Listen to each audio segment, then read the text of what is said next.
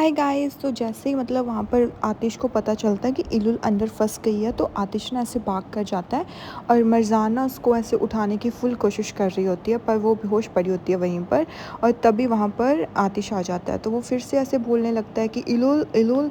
तो फिर वो बोलता है इलुल प्लीज़ अपनी आंखें खोलो, बट वो मरजान जल्दी से पीछे हो जाती है और आतिश ना पहले जाकर मरजान से नहीं पूछता, सीधा जाके इलुल से पूछता और वो बोलता है कि इलुल क्या तुम ठीक हो। फिर ना सारे घर वालों को पता चल जाता है कि वहाँ कुछ हो गया है, तो सारे घर वाले ना धीरे धीरे करके सारे बाहर आने लगते हैं कि क्या हुआ क्या हुआ। और जैसे वहाँ पर पहुँचते तो उनको पता चलता है कि वहाँ पर ऐसे हो गया है सीन और इलुल अंदर फंस गई है।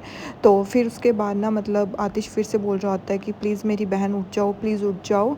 और फिर उसके बाद ना मतलब वो उसको उठाने की कोशिश करता है, पर वो मतलब उठती नहीं है उससे, क्योंकि वो वहाँ पर उसका पैर वगैरह कुछ फंसा हुआ था।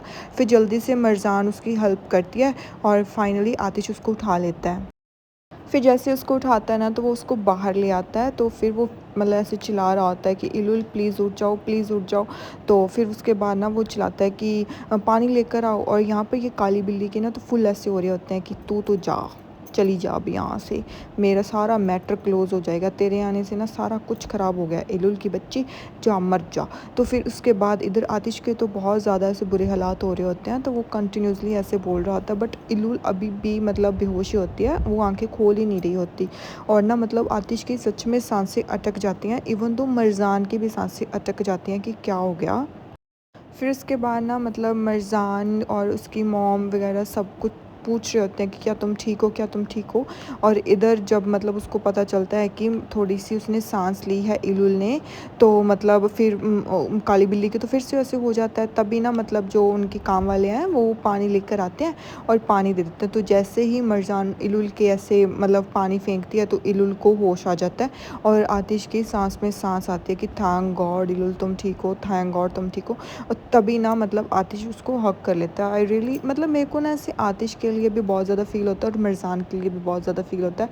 इलुल का वाला ड्रामा ना ये सीज़न 2 में ऐसे धकेल रहे हैं यार, मतलब सारा सीन अभी ना इलुल के ऊपर ही जा रहा है, इन दोनों को तो कुछ ऐसे टाइम मिल ही नहीं रहा। फिर उसके बाद जैसे वो उसको ऐसे उठाता है ना, तो मिर्ज़ान उसे बोल देते कि हमें इसे ना हॉस्पिटल लेके जाना चाहिए, तो इलुल उसे मना कर देती है। फिर उसके बाद मरजानों से कहते हैं कि प्लीज़ ज़िद मत करो इलुल, हमें ना शायद हॉस्पिटल जाना चाहिए, चलो तुम हॉस्पिटल लेके चलते हैं तुम्हें। तो वो फिर से उसे मना कर देती है और बोलती है कि बिल्कुल भी नहीं, मेरे को कहीं पर नहीं जाना, ना ही मेरे को हॉस्पिटल जाना है, ना ही मेरे को कहीं और पर जाना है, मैं नहीं जाऊँगी, मेरे को तो यहीं पर रहना है। तो आतिश उसको फिर से मनाने की कोशिश करता है और बोलता है कि इलुल प्लीज़ मान जाओ, ऐसे मत करो, प्लीज़ मान जाओ, चलो हॉस्पिटल चलते हैं। तो वो बोलती है कि मैंने कहा ना, मुझे कहीं नहीं जाना। मतलब ये यार तेरी जान उसने बचाई है एटलीस्ट, मरजान को थैंक यू तो बोल ही सकती है, इतना भी क्या एटीट्यूड आ रहा है बहन तेरे में। गाइस आपको नहीं लगता कि ये इलुल वाला ज़्यादा ही खींच रहा है अभी सीन, मतलब इसमें अब मेरे को ऐसे लग रहा है कि ये पूरा सीन ना आतिश और मरजान से कम होकर ना हज़ार और इलुल पर ज़्यादा जा रहा है। ऐसे फोकस होगा, देख लेना तुम, क्योंकि आगे जाकर हज़ार इलुल से शादी करेगा और सारा फोकस ना इलुल और हज़ार की लव स्टोरी और इस तरीके में दिखाने लग जाएंगे। फिर उसके बाद ना वो घर पे वापस जाने की कोशिश करती है, पर फिर से गिर जाती है, तो आतिश उसको फिर से पकड़ लेता है। और पीछे से ना जो उसकी मतलब सालिहा है वो आ जाती है, बेटा तुम ठीक हो, बेटा तुम ठीक हो, ऐसे एक्टिंग करने लगती है बेसिकली। तो आतिश ना उसको ऐसे फुली घूर देता है, तो वो मतलब ऐसी हो जाती है कि ये क्या। तो वो बोलती है कि कोई बात नहीं, इसको रेस्ट करने देते हैं, जब ये ठीक हो जाएगी ना तब मैं वापस आऊँगी यहाँ पर। इतना कहकर वो वहाँ से चली जाती है। मतलब बेसिकली अभी इतना पता लग रहा है कि वो आतिश से तो डरती है।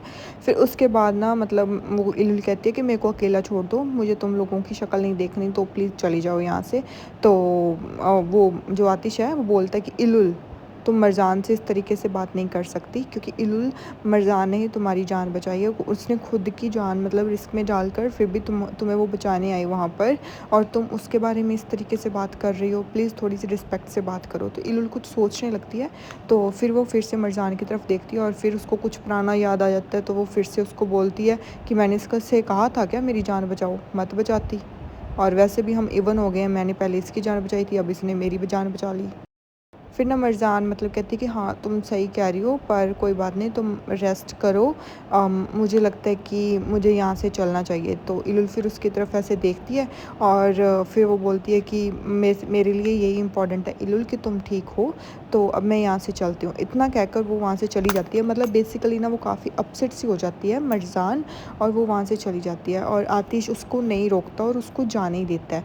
तो फिर उसके बाद ना आतिश ना इलुल को ऐसे बोलने लगता है कि तुम्हें ना मतलब मरज़ान के साथ इस तरीके से बात नहीं करनी चाहिए, अगर मतलब उसने तुम्हारी जान बचाई है। वो बोलती है कि उसने मेरी जान ली भी तो थी ना पहले, तो अब बचा ली तो क्या हुआ, हाँ अब तो हम इवन हो गए हैं ना।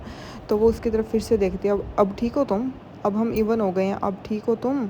और वैसे भी तुम ना मुझे मत डांटो अपनी बीवी के लिए, जस्ट बिकॉज़ मैंने तुम्हारी बीवी के साथ इस तरीके से बात की और मैं थक गई हूँ यहाँ पर। जाओ जो करना है जाओ, और मैं यहाँ पर रेस्ट कर रही हूँ।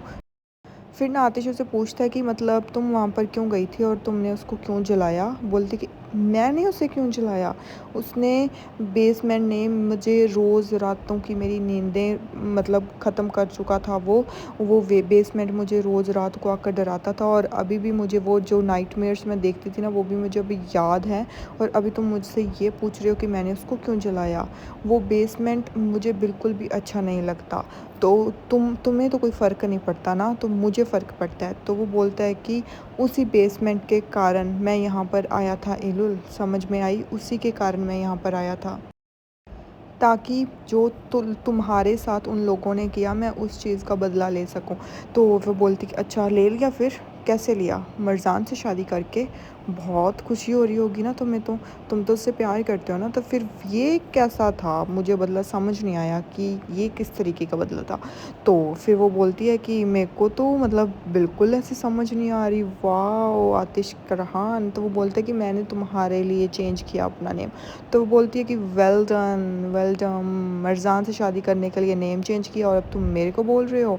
तुम्हें पता भी है कि मुझे वो लड़की बिल्कुल भी नहीं पसंद। और जब मैं उस बेसमेंट के अंदर गई थी ना, वहाँ पर तुम मुझे बचाने नहीं आए थे, तुम मरज़ान के पीछे आए थे, तुम मरज़ान को बचाने आए थे, तुम मुझे बचाने नहीं आए थे। और इतना कहते ही ना मतलब आतिश फिर उसकी तरफ ऐसे देखने लगता है, एंड आतिश की भी ना आंखों में ऐसे पानी आ जाता है। तो फिर वो मतलब फिर से इलुल को समझाने की कोशिश करता है, पर इलुल कहती है कि नहीं तुम मुझे बचाने नहीं आए थे, तुम सिर्फ मरज़ान की वजह से आए थे। तो वो बोलता है कि मैं तुम्हें खो नहीं सकता इलुल, ना मैं तुम्हें खो सकता हूँ ना मैं मरज़ान को खो सकता हूँ। मेरी बात एक स्पष्ट सुन लो, मैं किसी को नहीं खो सकता हूँ, और मेरे को फ़ोर्स मत करो कि मुझे तुम दोनों में से किसी को चूज़ करना पड़े। और वो उसकी तरफ ऐसे देखता है, और इलुल ना फिर उसकी तरफ ऐसे देखती रहती है, और फिर वो चुप हो जाती है।